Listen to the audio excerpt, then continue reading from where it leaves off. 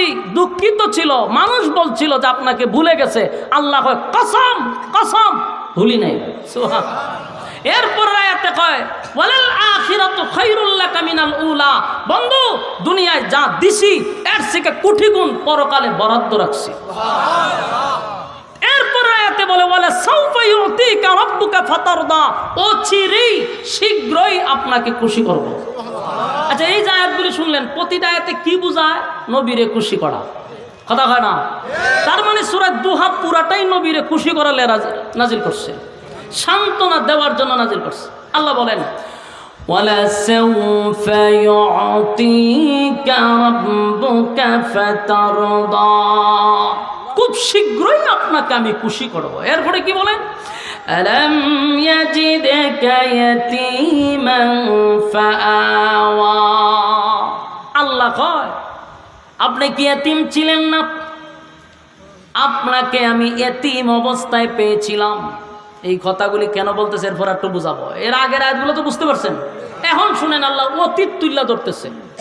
অতীত তুলে কেন? কোনো বন্ধু যদি আপনার সাথে রাগ করে, বন্ধু যদি কয় তুই আমার কোনো উপকারে আসস নাই, তুই আমার ক্ষতি করছস, তখন বন্ধু অতীতের কিছু কথা তুইলা ধরে যে তোর তো কিছুই ছিল না দোস্ত, আমি তোরে এই করছি, তোরে টাকা পয়সা দিছি, তোর লেখাপড়া করাইছি, তোর এটা কিনা দিছি, তোর মোবাইল ছিল না মোবাইল কিনা দিছি। অতীত বইলা তারা স্মরণ করাইয়া দেয় যে আমি তোর কত প্রিয় বন্ধু, বুঝতে পারছস? কথাখন ঠিক নেই, এই জন্য অতীত বইলা তারা বোঝায়। আল্লাহ কয় আলাম ইয়াজিদকা ইয়াতীমান ফাআওয়া, আপনাকে কি আমি এতিম অবস্থায় পাই নাই? আমি তো আপনার এতিম অবস্থায় পাইছিলাম।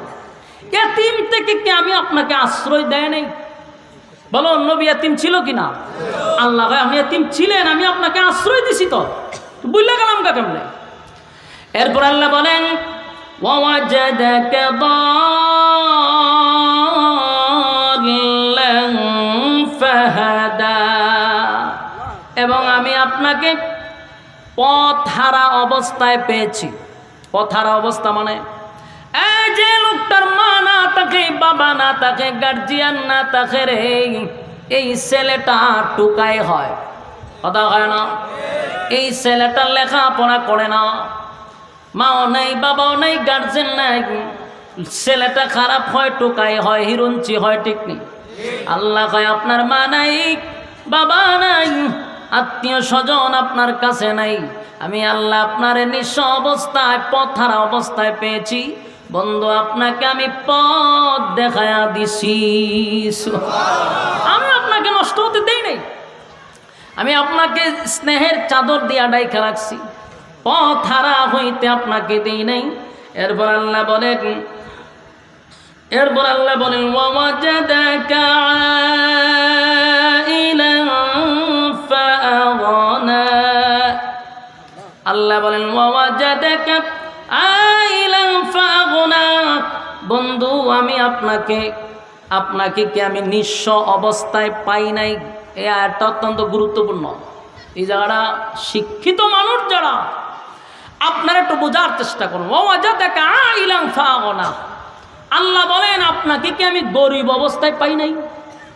পরবর্তীতে আপনাকে কি আমি আল্লাহ ধনী বানাই নাই? তার মানে নবী গরিব ছিল, কথা সত্য, আল্লাহ আবার ধনী বানাইছে, এটাও সত্য, হয় কথা হয় না? ঠিক কেমনে করবো বলছেন? হারা জীবন ওয়াজ শুনছে নবী গরিব ফেডো ভাত্তর, এই ওয়াজ শুনতে শুনতে যুবক বুড়া হইছে, আর বুড়ারা খবরও গেছে, আর যুবকরা এই ওয়াজ শুনতে শুনতে আবার বুড়া হইতেছে। সারা জীবন ওয়াজ শুনছে নবী গরিব, নবীর ভেড়ো ভাত্তর, এই অতটুকু ওয়াজ শুনছে। পরের অংশে আল্লাহ বলেন আপনাকে আমি ধনী বানাইছি, কথাটা আর পাবলিকদের শোনায় না। আফসুস, আমাদের দেশের অনেক আলোচকদের আলোচনা শুনলে আফসুস লাগে। আল্লাহ বলেন ওয়াওয়াজাদাকা আইলান ফাআগনা, আপনি গরিব ছিলেন, আপনাকে আমি ধনী বানাইছি। তো সারা জীবন দিয়ে শুনলাম নবী গরিব হইছিল, ধনী শব্দটা তো শুনিই নাই আমরা। এই ওয়াজ কইরা কইরা ক্ষতিটা কি করছে জানেন? ক্ষতিটা আজকে কি পরিমাণ করছে? গরিব বইলা বইলে ইসলামটারে একেবারে ফকির মিসকিনের জায়গাত না বসায় দিছে। ইসলাম মানেই গরিব, ইসলাম মানেই তালিযুক্ত, ইসলাম মানেই ভেড়া ভাত্তর, এটা শোনায় মানুষটা খাওয়াইছে। এখন কোনো আলেম যদি শানদার গাড়ি দিয়ে আসে, দামি কাপড় পরে দেখছো নবীর ফেডো ৭২ ছিল, হুজুরে দামি গাড়িতে চলে। এই কথা বলার সুযোগ করে দিছে আমাদের মতো কিছু মৌলবীরা ফেডো ৭২-এর ওয়াজ কইরা। হয় হুজুর হুজুর মানুষ থাকবো মসজিদও থাকবো মাদ্রাসা, গাড়ি তুলতো কেড়ে বালা খাবার পরার তো কথা ছিল না হুজুরের। হুজুর থাকবো গরিবানা সুরাতে পাঞ্জাবি বিছাতে বললেও উঠবো, আর তসবি একটা হাতও থাকবো, আর কার বাড়িত মরছে গিয়ে জানাজা ভরাইব, আর আমরা দাওয়াত দেয় না গরম ভাত খাওয়াই 100 টাকা ফটো ঢুকাই দিব। এটি বুঝি হুজুরের খাম? সি সি সি সি সি কই নিছে আলেমদেরকে? গাইরতে লাগে না হুজুরদেরও? লজ্জাও করে না এই সমস্ত আলেমদেরও? আলেমরা এই কাজের জন্য নয়। ইমাম শব্দের অর্থ হলো নেতা। নেতা থাকবে সবার উপরে, সমাজের যত বিচার হবে, সমাজের যত সালিশ হবে, সব আলেমরা করবে। আলেমদের নির্দেশনায় দেশ চলবে, ঠিক কিনা বলে? আজকে আমরারে বানাইছে এতিম আর মিসকিনের কাঙ্গালি। একমাত্র কারণ হলো এই মৌলবীরা স্টাডি না কইরা সাপ ব্যাঙ্গের গিচ্চা গায়া 2 ঘন্টা পাবলিকরে খাইত করে সিট করে ভালাইতে আসে জায়গা। আর বক্তারা বুকতা হয়, বক্তা এদিন খান্দায় গেছে, গাঞ্জা ঘুরি কথা বইলে খান্দায় গেছে। নবী আপনি গরিব ছিলেন, ধনী বানাইছি, ধনী বানাইছি কথাটা কেন শুনান না? আজকের থেকে শুনেন, আমার নবী শুধু গরিব ছিল না, আমার নবী ধনী ছিল। কেমন ধনী? দেশের রাষ্ট্রনায়ক ছিল, দেশের প্রেসিডেন্ট ছিল, দেশ চালাইছে, দেশ পরিচালনা করছে। মৌলবীরা এই ওয়াজ পাবলিকরে শোনায় না। যদি পাবলিকরা জানতো আমার নবী দেশের প্রেসিডেন্ট ছিল, তাহলে আজকে এই কথা বলার সাহস পাইতো না যে হুজুররা রাজনীতি পাইছে বউ। কেন বলে? কারণ অতীতে এই ওয়াজ শুনে নাই যে নবী রাজনীতি করছে। আমরা বলার দরকার ছিল অন্যান্য দলকে যে তোমরা রাজনীতি পাইছো কো? কারণ আমরা তো রাজনীতি শিখছি স্বয়ং রাসূল থেকে, স্বয়ং কোরআন থেকে। তোরা রাজনীতি পাইলে কইটা আমরা জিগাইতাম ছিলাম, উল্টা আমরারে জিগায়, কারণ আমরার মৌলবীরা প্রকাশ করি নাই। প্রত্যেকটা মানুষের জানা দরকার আমার রাসূল দেশের প্রেসিডেন্ট ছিল। শুধু রাসূলই দেশের প্রেসিডেন্ট নয়, আবু বকর দেশের প্রেসিডেন্ট ছিল, উমর দেশের প্রেসিডেন্ট ছিল, উসমান দেশের প্রেসিডেন্ট ছিল, এরপরে আলী দেশের প্রেসিডেন্ট ছিল, হাসান রাদিয়াল্লাহু তাআলা আনহু দেশের প্রেসিডেন্ট ছিল। এই প্রত্যেকটা সাহাবী দেশের প্রেসিডেন্ট হইয়া গেল, রাজনীতি করলো, দেশ চালাইলো। মৌলবীরা বলে রাজনীতি ভাইছে খুব, কি হাস্যকর! এর কারণ হলো আমাদেরকে কোরআনের কথাগুলি শোনানো হয় না। কোরআন পড়ুন, রাজনীতি কোরআনে আছে, রাজনীতি কোরআনে আছে। আলেমরাই রাজনীতি করবে, এটাই তার অধিকার। বেনামাজি, ঘুষখোর, সুদখোর, চাঁদাবাজ কিসের রাজনীতি করবে? এটা তো রাজনীতি করবে আর চাঁদাবাজি করবে, রাজনীতি করবে আর সুদ খাবে আর ঘুষ খাবে, দেশের সম্পদ বিদেশে লুটপাট করবে। রাজনীতি করবে তো আলেমরাই রাজনীতি করবে, দেশের সম্পদ দেশে থাকবে, মানুষের হক নষ্ট হবে না, মানুষ নিরাপদে বাড়িতে যাবে, তার সন্তান নিয়ে নিরাপদে ঘরে থাকতে পারবে, আমানতের খেয়ানত হবে না। কিন্তু আলেমরা তো আপনি বসাবেন না। যত বড় ইমামই হোক, মুসল্লি ফতম্বুর দেয় না। কেন দেয় না? যে হুজুর যদি বানায় আলাই তাহলে গম চুরি করুন কেমনে? আমরা রাস্তাঘাটের সিমেন্ট বালু, ইট বালু খামো কিভাবে? এই নিজেও খাইতে পারবে না, এই জন্য আলেমরে বসায় না। এই সমস্যাটাই হলো মূল কারণ। আলেম বসলে দুর্নীতি করতে পারবে না, হেরাও জানে, এরা নিজেও জানে, ঘরে হুজুরের বসায় দেয়, তা আমরা চুরি দাড়ি হইরা বাসুন কেমনে? এই কারণে আলেমদারে বসে। সম্মানিত শুধু আল্লাহ বলেন, আপনি গরিব ছিলেন, আমি আপনাকে ধনী বানাইছি। তার মানে আল্লাহর রাসূলকে আল্লাহ নিজেই বলতেছে ধনী বানাইছে। হ্যাঁ, নবী ধনী ছিল। জানেন কত ধনী ছিল? আম্মা জান খাদিজাকে যখন রাসূল বিবাহ করে, খাদিজা তখন মক্কার সবচেয়ে বেশি ধনাঢ্য মহিলা ছিল, সম্ভ্রান্ত পরিবারের মহিলা ছিল, কোটি কোটি টাকার সম্পদ ছিল খাদিজা। তখন খাদিজার মতো শিল্পপতি কোনো লোক ছিল না। সেই খাদিজার সমস্ত ধন সম্পদ নবীর কদমে ডাইলা দিচ্ছে। আল্লাহ তো খাদিজার মাধ্যমে রাসূলকে ধনী বানাইছে, কোটি কোটি টাকার মালিক রাসূলকে বানাইছে। সেই ইতিহাস বাদ দিয়া ফেডে ৭২ বানছিল, কথা তো সত্য। এই সত্য কথাই খালি বলবা, পরের সত্য বলো না কেন? উদ্দেশ্য খারাপ। হ্যাঁ, আজকে আমাদের অনেক শিক্ষিত গ্রাজুয়েট মানুষগুলা, ইঞ্জিনিয়ার, ডাক্তাররা মাদ্রাসায় ভর্তি করতে চায় না। এর একমাত্র কারণ হলো এই মৌলবীদের এই লেবাসের কারণে। এরার শরীরে ভালো কাপড় লাগায় না, এটা পাঞ্জাবি দেখবেন বলতে বলতে বিচুরতে রয়েছে। এটা কি ইসলাম? এটা ভাইছো গো, এটা ভণ্ডামি। ইসলাম বলছে তুমি একেবারে পরিষ্কার পবিত্র থাকো, তোমার কাপড় সুপরে তুমি শানদার হয়ে থাকো, তোমারে দেখলে যেন আরেকটা মানুষ আসে। এখন এইভাবে যদি আপনি দেখেন এর ছেলে মাদ্রাসা ভর্তি করবো, যে এটা দিয়ে পাঞ্জাবি ফ্রুটে রয়েছে, এটা কোন তরিকা? আমার ছেলেরে দিলে আমি একটা শিক্ষিত মানুষ, আমার টাকা পয়সার অভাব নাই, আমার বলার মাদ্রাসা দিয়ে এর পাঞ্জাবি তো বললেও হুরুজ উঠবো। আপনার শান শৌকত দিকটা আরেকজন মানুষ মাদ্রাসায় ভর্তি করতে বাধ্য হবে, কথা হয় না? ইসলাম আপনারা নিষেধ করছে না তো? আপনারা আছে, আপনি কেন ফকিরি হালতে থাকবেন? এটা ইসলামকে আপনি আরো ক্ষতি করতেছেন। এগুলো দীক্ষা অন্যদের ছেলেকে নিয়ে স্কুলে ভর্তি করে, মাদ্রাসায় ভর্তি করে না। মন মানসিকতা চেঞ্জ করতে হবে।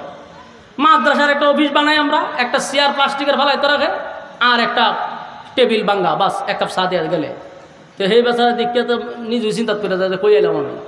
এরকম মন মানসিকতা চেঞ্জ করে। কথা বুঝতেছেন? বড় কথা না, আপনারা পারলে একদিন আমার মাদ্রাসার অফিসের ভিতরে ঢুকে দেখবেন। আমি তো ছোট মানুষ, অফিসে ঢুকে না আমার, যার একটা রাজকীয় এরকম অফিস বাংলাদেশে আছে কিনা সন্দেহ আছে।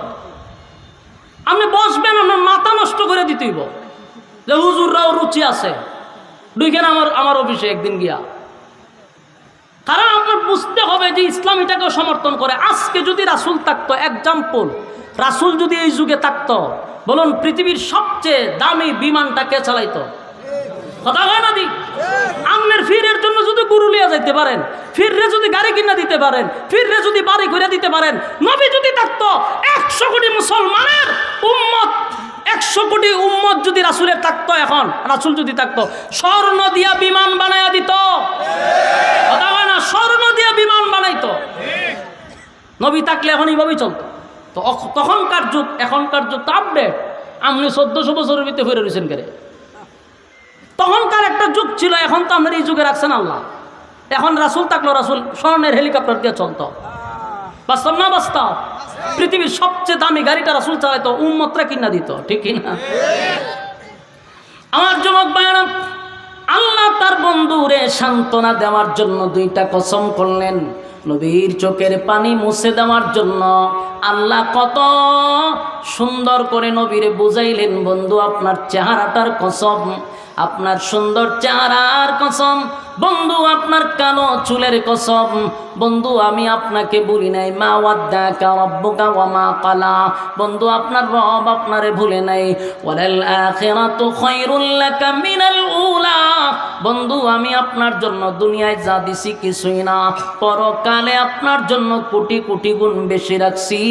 ওয়ালা সাউফা ইউতিকা রাব্বুকা ফাতারদা, বন্ধু অচিরেই আপনাকে আমি খুশি করব। আল্লাহ বন্ধুরে সান্ত্বনা দিয়ে একের পর এক আয়াত নাজিল করে জানায়া দিলেন, আলাম ইয়াজিদিকা ইয়াতীমান ফাআওয়া, এতিম ছিলেন, আমি আপনাকে ছেড়ে দেই নাই, আপনাকে আমি আশ্রয় দিলাম। ওয়াজাদাকা দাল্লান ফাহাদা, পথহারা আপনাকে করতে দেই নাই, পথহারা ছিলেন, আমি আল্লাহ পথ দেখায়া দিলাম, আপনাকে তখনও ছেড়ে দেই নাই। ওয়াজাদাকা আইলান ফাগনা, আপনি গরিব ছিলেন, আপনাকে ধনী বানাইলাম। ফাআম্মাল ইয়াতীমা ফালা তাকহার, আপনি এতিম ছিলেন তাই এতিমের প্রতি আপনি কঠোর হবেন না। ওয়া আম্মাস সাইলা ফালা তানহার, এবং আপনি মানুষের সঙ্গে কথা বলবেন এমনভাবে যেন মানুষ আঘাত না পায়। অনেক মানুষের সঙ্গে কথা বলতে গিয়ে কঠোর যেন কথা না হয়, এইভাবেই কথা বলবেন। ওয়া আম্মা বিনিআমাতি রাব্বিকা ফাহাদ্দিস, এবং আপনার রব আপনাকে যা দিছে তার প্রশংসা আপনি করবেন। আমার যুবক ভাইরা বলুন তো দেখি, 15 দিন কোরআন নাজিল না হওয়ার পরে, 15 দিন কোরআন নাজিল হওয়ার পরে আমার আল্লাহ এই সূরা নাজিল করে নবীরে সান্ত্বনা দিলনি? কথা হয় না? আমার নবীর সান্ত্বনা দিয়ে এত খুশি করছে, আর বলে বন্ধু ঘাবড়াইবেন না, আমি আল্লাহ সব বরদাস্ত করতে পারি, কিন্তু আপনার চোখের পানি বরদাস্ত করতে পারি না। খুশি করে দিচ্ছে। সম্মানিত শুধু সূরা দুহা মূলত নাজিল হইছেই নবীরে সান্ত্বনা দেওয়ার জন্য। আল্লাহ আমাদেরকে বুঝার, মানার, আমল করার তৌফিক দান করুক, সকলে বলে আমিন। তবে আপনারা এই উঠা বসা আপনাদের এই লড়াছড়া এটা অত্যন্ত একজন মেহমানের জন্য কষ্টদায়ক। আমি 200, 300, 400, 500 কিলোমিটার দৌড়ায় কিন্তু আসছি। আলহামদুলিল্লাহ, আমি আমার বাড়ির কাছেও যদি প্রোগ্রাম করি এর থেকে বেশি মানুষ লই কথা বলতে পারি। তো এই 500 কিলোমিটার দূর থেকে যদি আপনারা লড়াচড়া করেন তো এটা মেহমানের খারাপ লাগেনি? স্বাভাবিক লাগবো। এটা নেক্সট টাইমে আমরা যেন না করি। আল্লাহ বোঝার মানার তৌফিক দান করুক, আমিন।